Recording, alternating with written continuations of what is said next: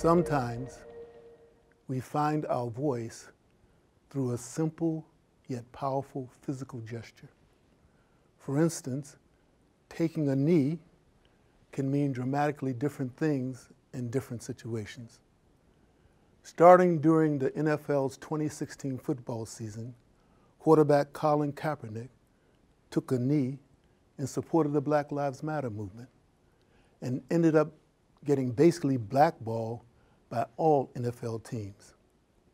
On May 25, 2020, Minneapolis police officer Derek Chauvin took a knee for 8 minutes and 45 seconds to the neck of George Floyd,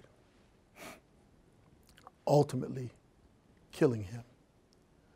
The world has not been the same since that fateful day. The horrific video literally spread around the world, with people from all kinds of cultural backgrounds taking to the streets and, yes, taking a knee in protest.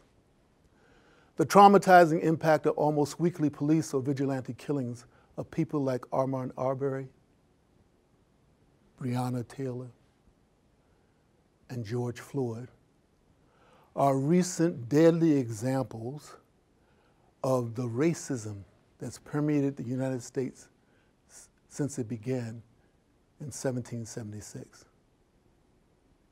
Suddenly, due to the internet, America's long deadly history of race-related violence had gone viral. However, just because we are outraged, it does not mean that we have to lose our minds or our morals. We can be both rational and ethical even though we're angry. When our rightful moral indignation causes us to lose our intellect and ethical compass, it can lead to some very negative outcomes. When we lead with raw passion and abandoning our logical thinking, we often end up with ideas like an urban riot is no longer a riot. It is a, quote, revolution. This idea is often promoted by African Americans and their, quote, allies, even though the negative social and economic damage caused by such revolutions hurt economically stressed urban African Americans the most. For instance, after more than 5 years, inner city African Americans in my hometown of Baltimore, Maryland, have still not recovered from the fires and vandalisms, which I call riots, that happened separate from the many peaceful protests against the police-involved killing of Freddie Gray in April of 2015. Additionally, the aftermath of these so-called revolutions often leave all African Americans in a bad light in a worse political position. A riot is a riot, no matter who precipitates it or participates in it. U.S. history tells us that the deadliest riots in the country have been carried out by people identified as, quote, whites against African Americans, people of color, and other marginalized groups. When we are justifiably outraged by racially motivated killings, we often lose our minds and our morals, our rationality and our ethics. What this current understandable frustration often leads to is an angry insistence that Black Lives Matter cannot or should not be said in conjunction with the phrase all lives matter. I believe that ethically speaking, Black lives matter because all lives matter. My connection to this idea is very personal and painful because of what happened on April 14th, 1997. The slide you're about to see is my son, Malik Jones. On April 14th, 1997, my son Malik Jones died at the end of what should have been a routine traffic stop when an East Haven, Connecticut police officer, Robert Floodquist, after a chase from suburban East Haven into inner city New Haven, ran up to his car, shattered the driver's side front window with the butt of a gun paid for with money from taxpayers like myself, and shot my baby several times at close range, killing him. Believe me, there's no pain like the pain of burying one of your children.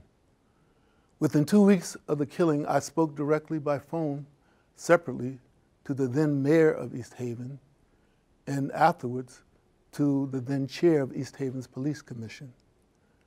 I asked them both the same question and gave them the same very specific advice. The question was, do you have any young men in your family who are at or around 21 years of age? This was Malik's age at the time of his death. They both answered yes. I then advised both of them that if they participated in the defensive circle the wagons mentality that cities and police departments often adopt in the wake of such police-involved shootings, the streets of Connecticut would be less safe for all citizens. Sadly, on July 14, 1999, a little more than 2 years after Malik's deadly encounter with the East Haven police officer, the headline for an article in the Hartford Current Connecticut newspaper read, quote, "Cop shot woman through car's side window." Google it, you'll find the story. The story was about a 40-year-old white woman, Victoria Cooper, who, like Malik, ended up dead at the end of what should have been a routine traffic stop on July 13, 1999, in nearby North Branford, Connecticut, less than 10 miles away from where Malik was killed. The news story also discussed Malik's killing because of the similar circumstances of them being shot through the driver's side front window. Black lives matter because all lives matter. So when we examine the recent history of the United States of America, 3 additional dates will help us to understand why we should use our voices to connect Black Lives Matter to all lives matter. The dates are May 2nd, 1927, January the 10th, 2005, and October 27, 2018.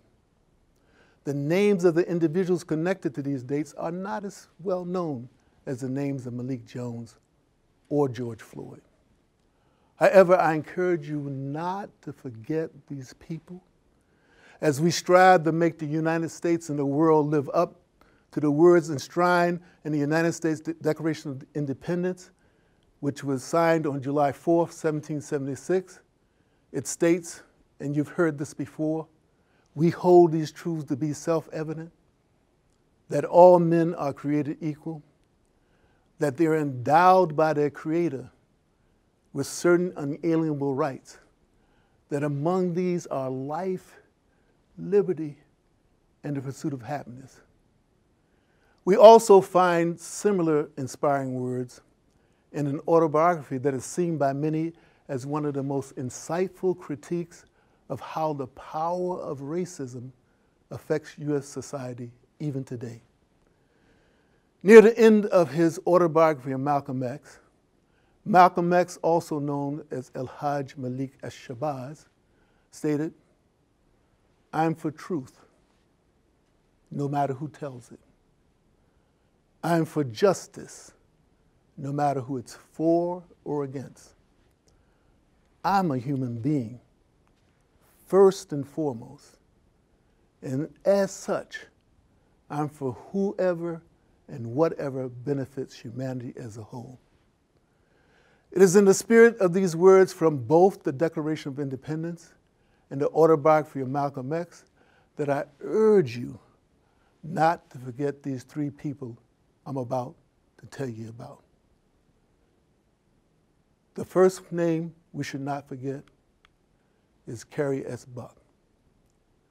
On May 2nd, 1927, the very famous liberal United States Supreme Court Justice, Oliver Wendell Holmes, Jr., stated in the Supreme Court decision that, quote, 3 generations of imbeciles are enough, unquote. The decision, Buck versus Bell, was an 8-1 Supreme Court decision that helped to fuel the infamous eugenics movement, which focused on creating a purer white race. By the way, you can read all about this case and the huge impact of the eugenics movement in a well-documented book which every person in America and worldwide should read, entitled War Against the Weak: Eugenics in America's Campaign to Create a Master Race by Edwin Black. Carrie S. Buck, remember that name. This poor white teenage Virginia woman from Charlottesville, Virginia, near where I grew up in Roanoke, Virginia, in Virginia's Jim Crow South, was the first of more than 60,000 U.S. citizens who were forcibly sterilized under the color of state laws between 1927 and the 1970s. The first targets, of course, were institutionalized whites who were called imbeciles and ineffective. They were trying to improve the race, after all. And then ultimately, and it always ultimately comes to this, these forced sterilizations, including blacks and other people of color. Black lives matter because all lives matter. The second name we should not forget is Jameela Yasmeen Arshad. On January 10, 2005, Dr. Jameela Yasmeen Arshad died in the back seat of a police cruiser in Kenner, Louisiana. She died there because she made a humanitarian effort to help a boy hit by a car, and the officers who arrived at the scene refused to believe that this black woman could be an accomplished, well-respected medical doctor that she was. I bring her up from the medical profession in this context for 2 reasons. First, when we talk about Black Lives Matter, we tend to focus on young black men like my son, Malik Jones, and we fail to highlight how frequently black women are victims of such police-involved killings. Second, according to the Centers for Disease Control of the United States, Black, American Indian, Alaskan Native women are 2 to 3 times more likely to die from pregnancy-related causes than white women. In the most expensive healthcare system in the world, most Americans receive subpar care, but if you're a woman of color, you receive even worse, often deadly care. Black lives matter because all lives matter. The third name that we should never forget is Rose Mallinger. On October 27, 2018, 97-year-old Rose Mallinger was murdered. Why? She was murdered along with 10 other people. Why? Simply for worshiping while Jewish at the Pittsburgh Tree of Life Synagogue in Pittsburgh. According to the November 10, 2018 edition of the Pittsburgh Gazette, Robert Bowers, the terrorist who killed her, shared material online from the Christian Identity Movement. By the way, the Christian Identity Movement believes that people of European descent are the, quote, chosen people, and that Jews are their enemies, and that other races like mine are meant to be exterminated or enslaved. It is a small wonder that even the current U.S. Department of Homeland Security Secretary sees the white supremacy movement as the greatest violent threat to America today. I invite concerned people of all faith and concerned people of no faith to understand and act on the reality that the Black Lives Matter movement is not only about race, but about the safety, security, and humanity of all of us who inherit this land, who inhabit this land. Let's raise our voices and say Black Lives Matter, because all lives matter.